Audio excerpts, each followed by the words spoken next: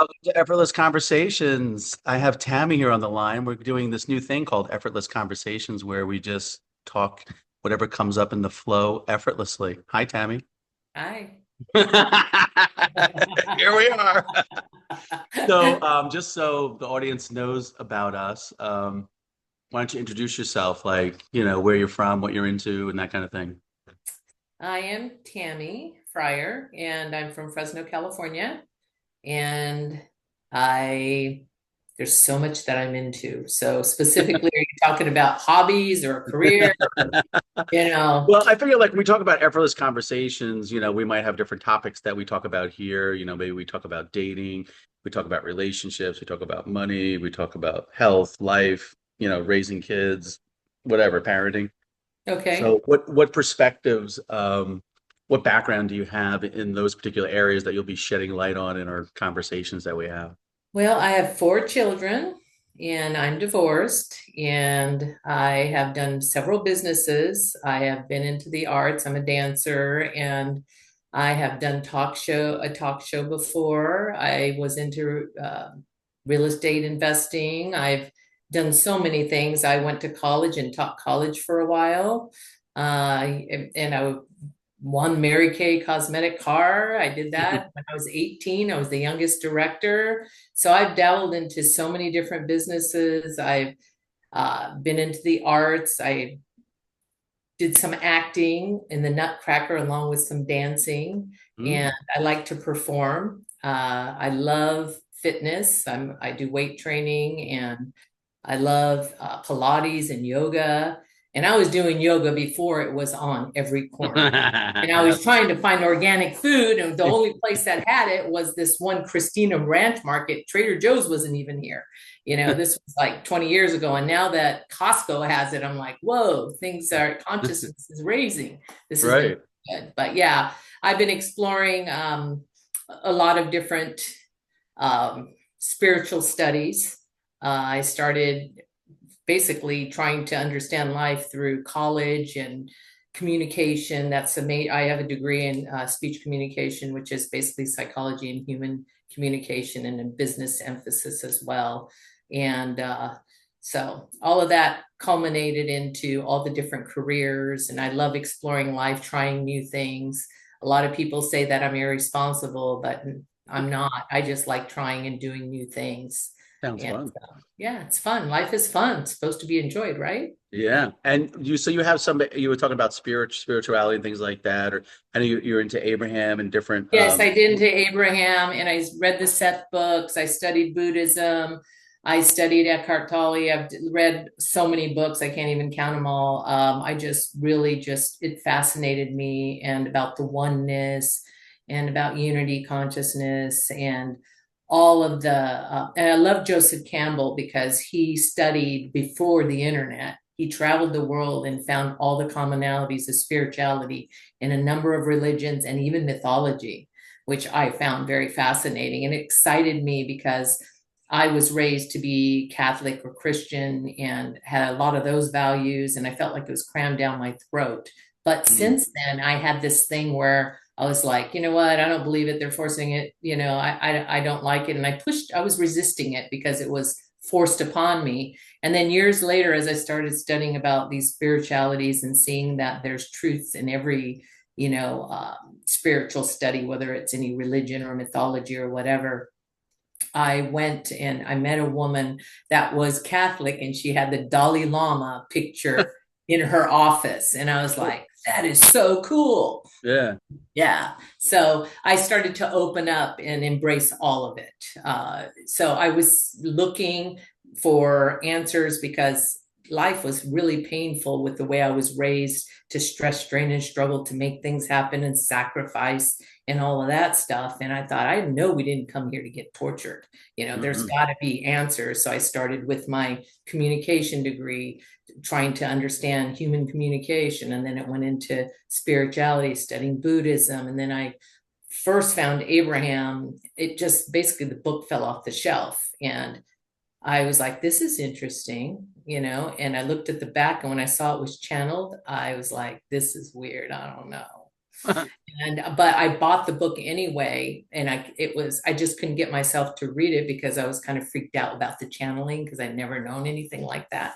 And I had some friends that were into a lot of the spiritual new age type stuff, and they were having affairs and their lives were like all over the place. And I was like, they must know what they're doing, so I discounted it for a long time. Yeah. But as life happened and I was continuing to search, that's when I started meditating, and I found a meditation teacher, and she meditated twice a day, every day for 45 minutes. And that was supposed to be the end all be all meditating.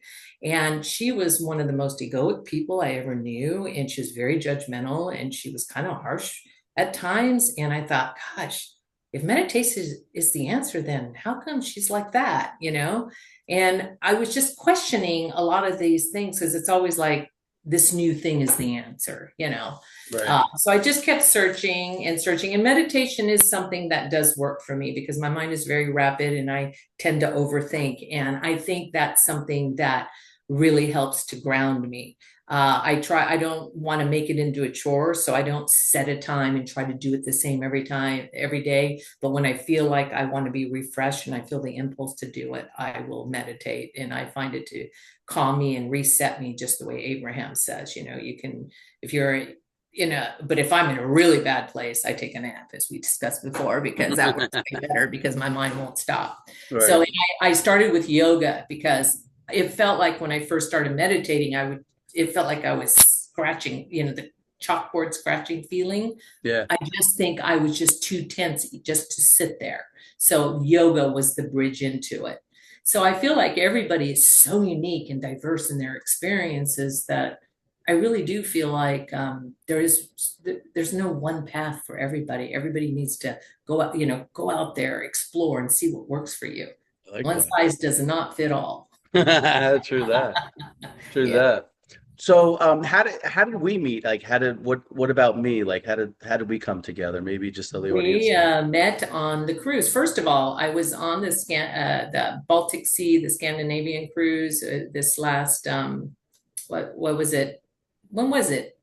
Gosh, it was I can't even remember what it was. This summer, right? Yeah, right over the It's summer. like Yeah. a long time ago. Yeah, it feels like it, right? Yeah, but anyway, we met Rose, my Amsterdam. roommate. Yeah. Her and I really resonated, and we had a lot of fun on the cruise. And she also listens to Abraham, and we were going to the Abraham workshops on the cruise. And she told me that she had met somebody because she knew that I wanted to write a book. Right. And I said, really interesting. And then you and I met when we were at that Abraham, it was, Cocktail party. Yeah. yeah, the cocktail party. Up on the And top I deck. met That was you. fun. Yeah, that was fun. Yeah. That cruise was just so fun. It Oh, was so alive. Everybody was in a good mood and I know. partying To fun. me, And that the Abonite, oh vibe was just incredible. gosh, I vibe always was tell so people like fun. about these cruises, like how like the vibe on them, like I can't even describe it. Like it's so high Well, energy. It's such a high energy, positive environment. yes, and I was around, I don't have anybody at home or around me that studies Abraham or any of the spiritual stuff. I just do it on my own. Hmm. And when I went on the first cruise to Alaska, I was like, whoa, these people are like mini me's talking like me, thinking like me. I was freaked out and I was Yeah. like, whoa. And then on this cruise, I relaxed a little more and I got to know everybody a little bit better. And it just feels like home, Yeah. just everybody, because we all have the common goal of just enjoying one another. There's no agenda. And when I met you, you were just happy and jovial. And I thought, who co-authors book when they don't know the person? I thought, because the academic world, you have to do the research, you got to look people up and see what their credentials are and all that. But I thought it Right. was kind of cool because you're going on your, the intuitive sense, and you're going Right. on what you feel about the person. And when you are really spiritually connected, you understand that we're all one, Hmm. that, we draw from others what we expect. So it made total sense to me. So that I got your card. And then when I got home, took a minute to get used to the new time change. And I was a little nervous about reaching out because I've had in the past, my mind was working. Oh, you've had all these other opportunities that didn't work out. And I was like, simmer down to the mind. And I just said, I'll know when it's time. And I thought, what will it hurt just to talk to him? And Right. then that's when we connected and we started talking, and it just felt easy, like Yeah. your effortless being, very effortless. Effortless being. And so, what did you think about the Effortless Being channel? I know because then you started getting exposed to that and looking at some of the Yes, interviews. I Anything there actually, resonate with you on them? well, what's funny is with the Abraham work, I realized the reason why I struggled with it for so many years. I would have success, but it was all, in and out. It would Yeah. work sometimes, it wouldn't, because I didn't realize that what I was missing was coming from a wholeness and seeing myself as complete. And when I saw your YouTube channel and I was watching your mirroring and the interviews, I was like, oh my gosh, this is a different vantage point. The same thing, but from a different vantage point. It's almost like a shortcut, Yeah. I'm complete and Shortcut. whole and I create from there. Wow. And it took a minute for me to wrap my brain around it. And then you guys were talking about using all this terminology that I never heard before. Like, I was like, okay, mirroring. What the heck is mirroring? And Yeah. I was fascinated with the mirroring because, wow, years of therapy that I had that I stopped doing because it was dredging up past stuff that wasn't relevant and it was just not serving me anymore. There was a time where it was necessary and good, but I outgrew it. And seeing your mirroring, I was like, whoa, he just holds a space for people and sees them kind of like what I read Jesus did, just sees people as well and people would be healed. And I Mm. thought, wow. And it's almost like the mind wants to go, oh, it can't be that simple, come Yeah. on. It's Mind always loves been doing there. that. Yeah. Yeah, really, really. And I do tend to get heady and I get carried away because my mind is very active. But then I have a very strong consciousness and it overrides. I can laugh at my thoughts. I can laugh at myself when I get too much into the character. And sometimes, yes, I get tangled up in it, but I know, and then I'll take a nap or I'll meditate. But the mirroring that you did, and when I was watching it, first of all, I was like, okay, how does this tie in with Abraham? You know, Yeah. because they're kind of the same, but I'm not sure. And so when I started, it was David Bingham is the person that, yeah, Yeah. I went to his channel to try to understand some of the terminology that was used. And I had a little, and then they were using the word consciousness, and I was like, okay, that sounds so new agey. And, but I thought, what are they talking about? But what, to my delight, I was really able to understand all of it. I just need to look up some definitions of the Yeah. terminology. And it resonated deeply. And I felt like it gave me a shortcut and another reminder because Abraham says you need to be who you really are and know that first. But yet, Yes. hearing it, seeing it from a different vantage point kind of really cemented it for me.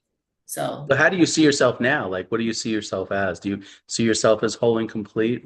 How do you view yourself? I view myself as, whole and complete.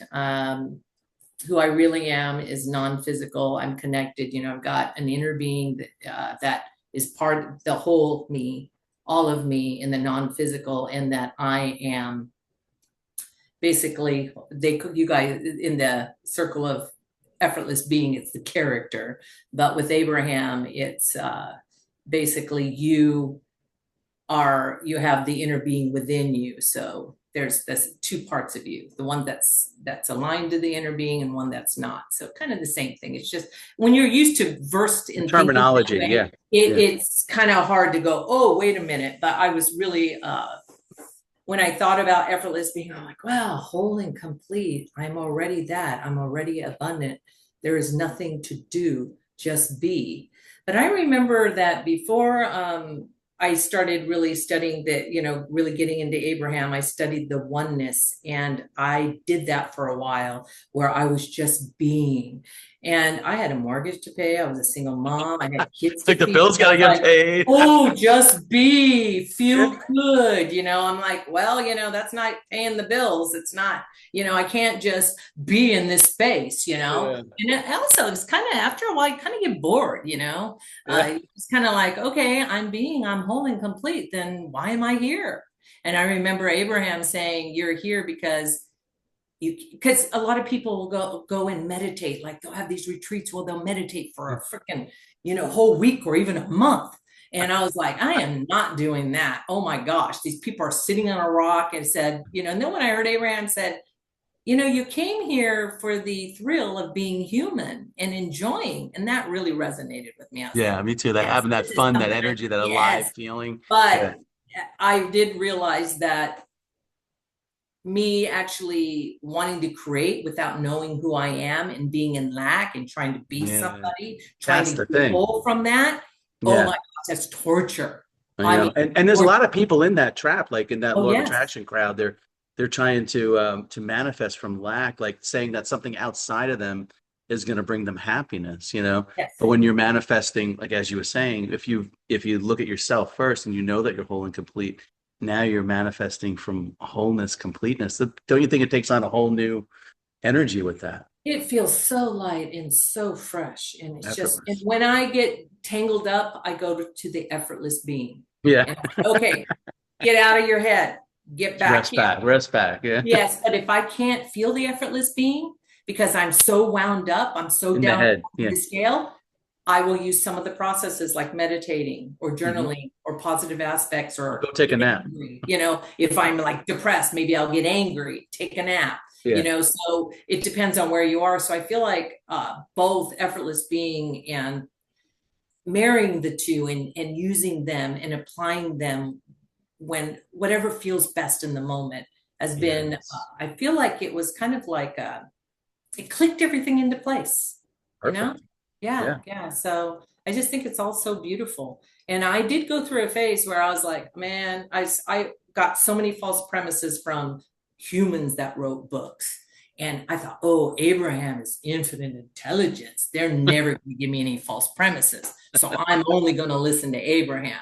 And then when I thought about writing a book, I kind of put myself in that box. I said, well, you're going to get false premises out since you didn't want to do that. So, it kind of turned, it turned on me. Yeah. And then after meeting you and watching your clips and reading the books, I was like, wow, because maybe I kind of miss the fact that they're human and they have a perspective that's kind of could really help, which really did help. And that's when I thought maybe writing a book from my experiences will uplift those that resonate with it. So it opened up this opportunity that we're doing this book together, and I was so impressed with the fact that you just being in this effortless being and just being in the now and being present, that you're a feeler, you're feeling, you're not just thinking. And when you wrote the introduction and the preface, it was like magical. And I got goosebumps and my heart literally felt full because it was spot on what I was wanting to create. And there was a little bit of guilt that I didn't be a part of that writing, but I was a part of it because I had the ideas and we were talking, bantering back and forth. But that's that old way that it has to be a little hard, right? It can't be that, you know? It can just be easy and effortless. Like when you're functioning from effortless being, it just flows. And you really brought it out. I mean, you're the one calling it all into place. I'm just like the mirror and the space for it. And then the energy's just flowing. So take Yes. credit for it. You're the one doing Yeah. it. You're bringing it And the out. thing about it is, I'm at a point in my life where I don't really need the credit. It was more of feeling like I wasn't doing my part, I you know? get it. Yeah. Yeah, yeah. But It's you kind of are. But you are. Yeah. I know. And I Yeah. felt it. And it's funny because since you've been talking about the mirroring, Yeah. I have noticed that using my recorder as my mirror Love that. has been really good at reflecting back to me because I already know and intuit all of it. But for Mhm. some reason, just listening to myself and just talking it out, that consciousness answers. Yeah. So it's beautiful. The other part I like about it, even in addition to the book, is talking about like effortless conversations and just like getting on like together like this and just having an effortless conversation, just letting it flow. I just think that's kind of a neat aspect to it too. Like we can just get on and then just bring up a topic and then just let it flow and talk to it. I think people will benefit from hearing that. What do you think? I actually feel like we are like so complementary. Just as you said in the book, two rivers flowing into one. It just works. And I had this idea of, again, doing maybe a YouTube channel because I had the talk show before. And the talk show, my readiness wasn't quite there. I was glad for the experience. I had fun with the experience, but I wasn't, it's kind of like eating fruit before it's ripe kind of Hmm. thing. Yeah. So I got a little taste of that, but I had more depth and growing that I think made it not as satisfying at the time, which is okay. But I did it for a season. And so I was sitting at Starbucks and I started writing out talk show ideas, Mm. and a YouTube channel ideas, and I thought, And then I met a woman at my Pilates studio that was interested in doing a YouTube channel and maybe TikTok, and the TikTok thing didn't resonate with me.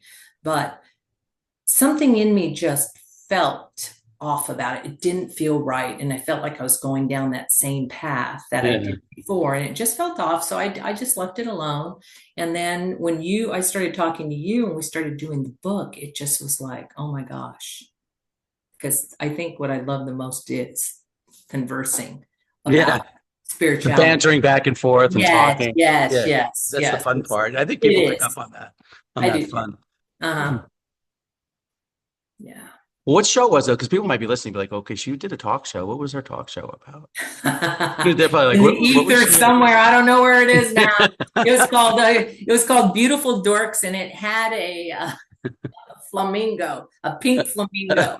All right, and it had this quirky music in the beginning for the show, and we had a follow your bliss section where people were following their passions, and that was coined from Joseph Campbell that we adopted because I really liked the passionate at following our bliss and our passion.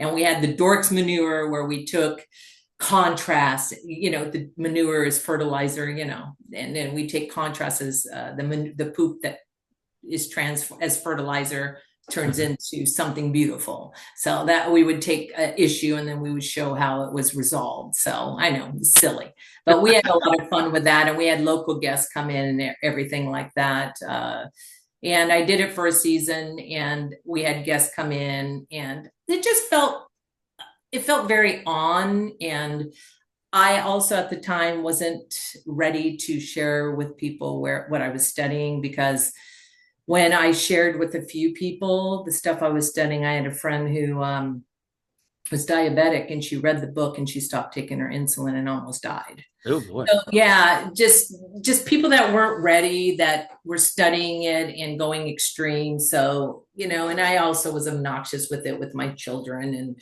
I kind of overdid it, and I was green, and and I was excited. It's not a problem, but I just wanted to be respectful and just kind of do it for myself and really get versed in it for me too. So kind of was that way. And you really can't go further unless you tell people or share with people how they're getting what they're getting. If you don't start with the base of who you are, you're just going to be getting, all kinds of mixed manifestations, and they're not going to be very satisfying.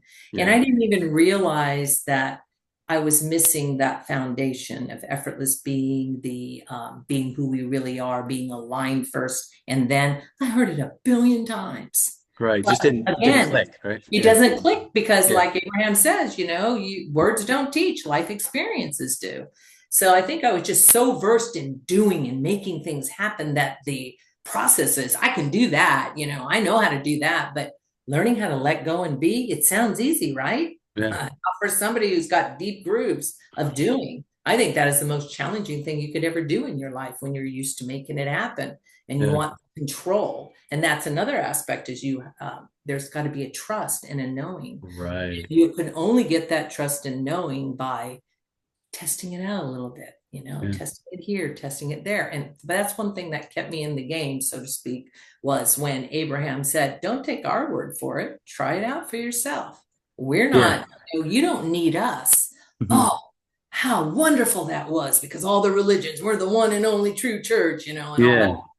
And so when I heard that, I was like, oh my gosh. And I said, oh, wow. So if joy is the goal, how can I lose, if I'm trying to be joyful? There's no downside.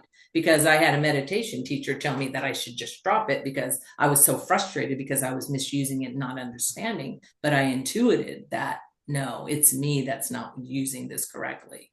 Yeah, I So love what you say because the direct experience is what I tell everybody on my Effortless Being channel is direct experience is king. It don't matter what people are saying. People can tell you everything, but unless you see it in your direct experience it and know what you truly are and see it in your direct experience, it really doesn't matter. And the other thing you said about there's nobody better or any hierarchy than anything. And I this love isn't that. something that everybody has their internal intuition, that feeling of openness and Yes. joy and ease, or that contracted, limited, effortful, striving feeling that everyone knows what that is in their direct experience. So they can follow that as their intuition. They don't need like a special guide or guru or whatever. No, We all have it inside of ourselves.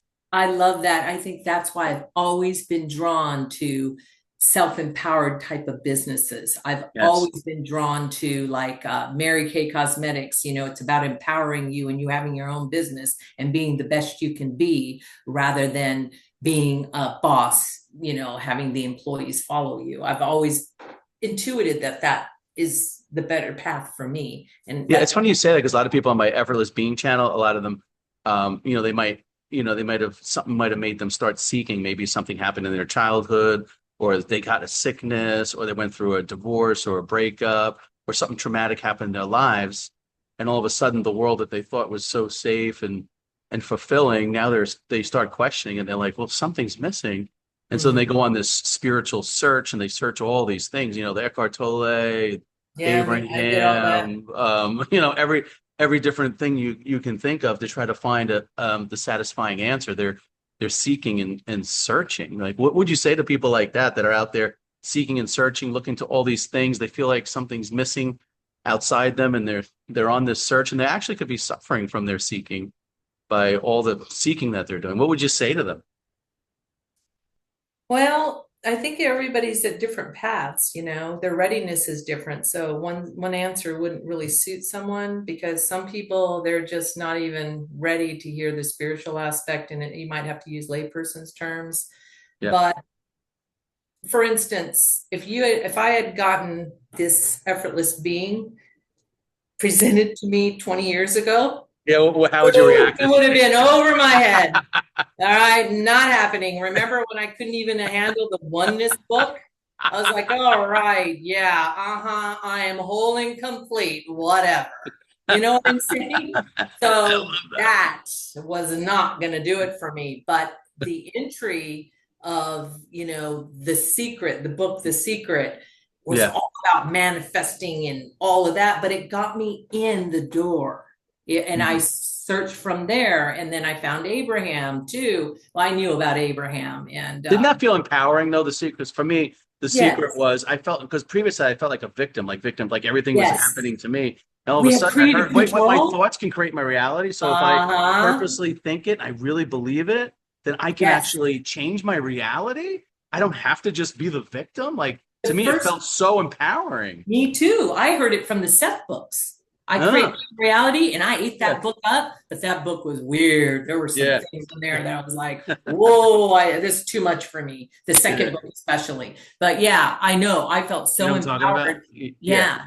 Yeah. So that was the door that opened. So if you're new and you're not used to the spiritual lingo and you're not versed in that, I think I even had to start with a communication course at college. yeah, And yeah. after that, I studied Buddhism. And then after that, I studied, it was a progression, psychology and all of that. So I was like an infant in the sense of learning because of my upbringing and my parents' lack of education. And they really had a rough time. And they did an awesome job considering their history of, Yeah. raising their children. But I was like so hungry and wanting to know and so eager to figure out what the heck's going on here. So I was just absorbing in one step after the other. So if somebody, to go back to your question, I think if they're ready, the best thing would be to let them know they need to start with the effortless being and knowing who you really are and then Yeah. act from there, because creating isn't deliberate where you go and you do stuff to make it happen. And I think that is so entrenched in the Western culture that when you read that that's not it and that it's allowing, Yeah. deep grooves. You're going in there and you're making it happen, and you're just like, oh my God, you don't know why it's working. And then you read the book again. And then I had to even, after 20 plus years of studying this, I listened to Effortless Being and I'm like, oh my God, you know, this is because sometimes I would remember who I was and I would create from there. Yeah. But it wasn't until I saw that I was like, wow. So now I have that tool to go to when I'm high enough on the scale, emotionally, that I can see it and I can resonate with it. But when I'm lower in the scale, I do the meditation and other Just so processes. the audience knows, like people that are listening, they're like, what is this scale that she's talking about? Maybe just say something about the Yeah, the Abraham emotions. scale, the Yeah. emotional scale. Our emotions are an indicator of how close we are to our inner being or our who we really are, which is joy, happiness, and all that. And then all the negative emotions, stress, anxiety, those are lower vibrations, and you're usually identifying with the character, as you put it, and the mind and what it's thinking, and you're fretting, and you're in a fear-based place usually. Yeah, that kind So, of ties into the effortless being because we always say like it's playing like a we're playing like a frequency game almost like when uh-huh. we're feeling like joyful and appreciating things, and we're like easy about it and letting it flow, then things tend our human experience tends to be joyful and there's synchronicities and alignments and things like that just happen effortlessly. But if we're doing it from frustration and depression or sadness, then we seems to what mirrors out here is then that's kind of like the reflection that it becomes hard and effortful and it doesn't always work out the best. The human experience ride isn't as joyful. Yes. And I think it's just beautiful, the whole tapestry of it all. Just Mhm. I just think it's our experience are so unique. And that's why we have all of these different ways of approaches that we can take to find our way home, so to speak, Yeah, that's why, like, even when I bring up like the question to you, or we bring up questions, even when we're having these conversations, like this isn't something that you and I have like this superior knowledge that we have that's gonna. What I like to do is just point people right back to their intuition, is to let them Yeah. know, hey, check for yourself in your direct experience. How is this sounding to you? Like, does it make you feel, open and easy and joyful and light, or is it making you feel stress and tension or in lack or something? If it is, then you know to back off. But if you're Uh-huh. feeling that lightness, that easiness, then that's the way to follow it. That's kind of like how our guidance system is. We can just check for ourselves. We don't need someone else to tell us that. I will say that when I first started this work, that was really hard for me to do because I was taught that if it feels good, it's wrong or bad. Oh, wow. Okay. Yeah. So it depends on where your Yeah, background yeah, is and what your what you've been background is, how taught. you're, Because, yeah.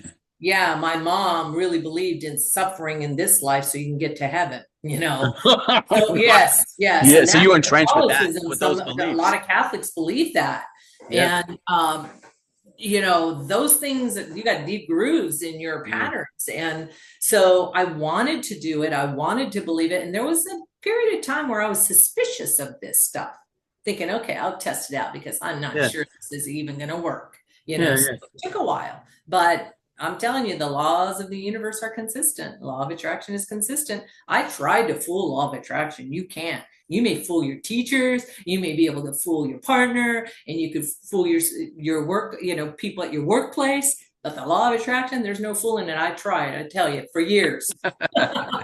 Can't fake it, huh?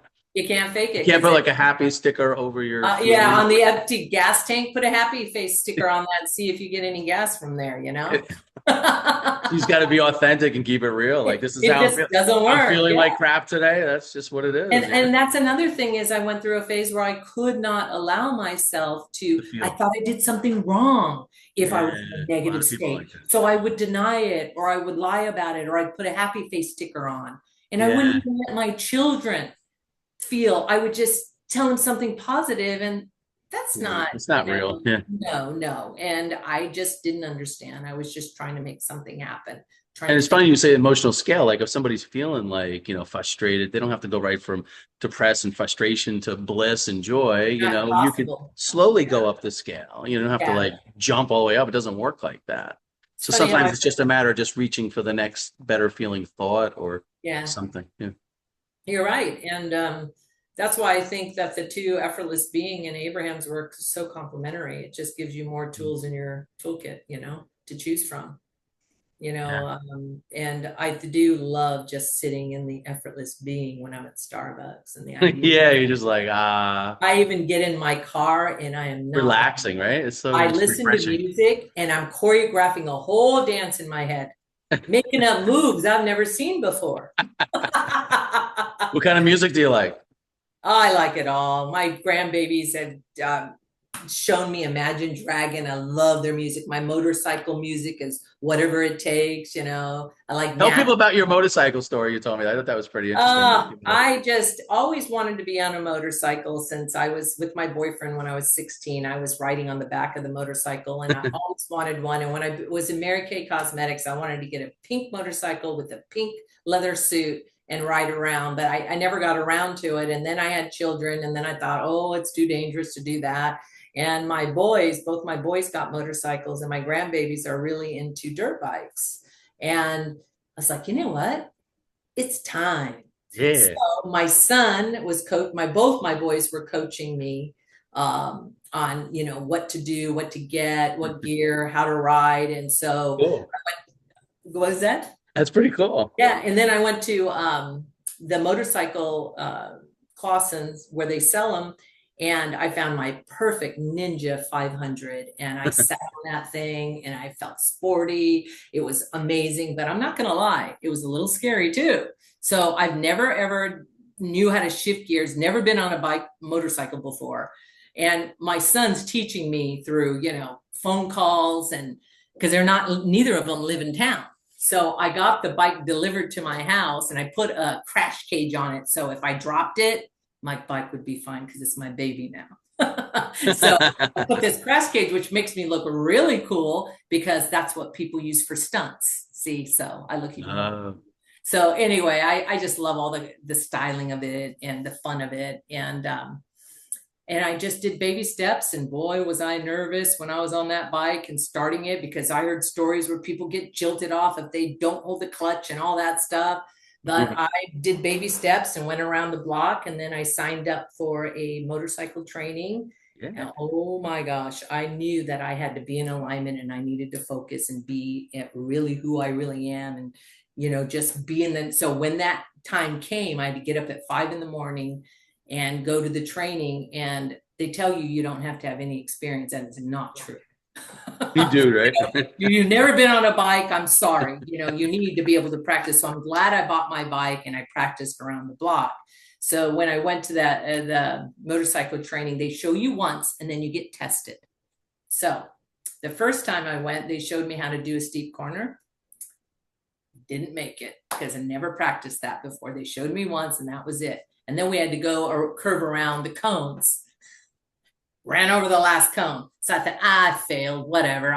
If I fail this, I just need to take the course again, whatever. So the last one we had to do around the corner, and we had to nail it by, they call it spat, where you have to slow your speed, position, aim, the target, Yeah. you have to go in. And because I thought I had failed, I just released resistance and I said, I'm just going to have fun with this thing. And of course, I got the bike that kept stalling because it was old and everything like that. And it started raining, and I was like, oh my gosh, and it's focus. But guess what? I nailed it and I passed by 1 point.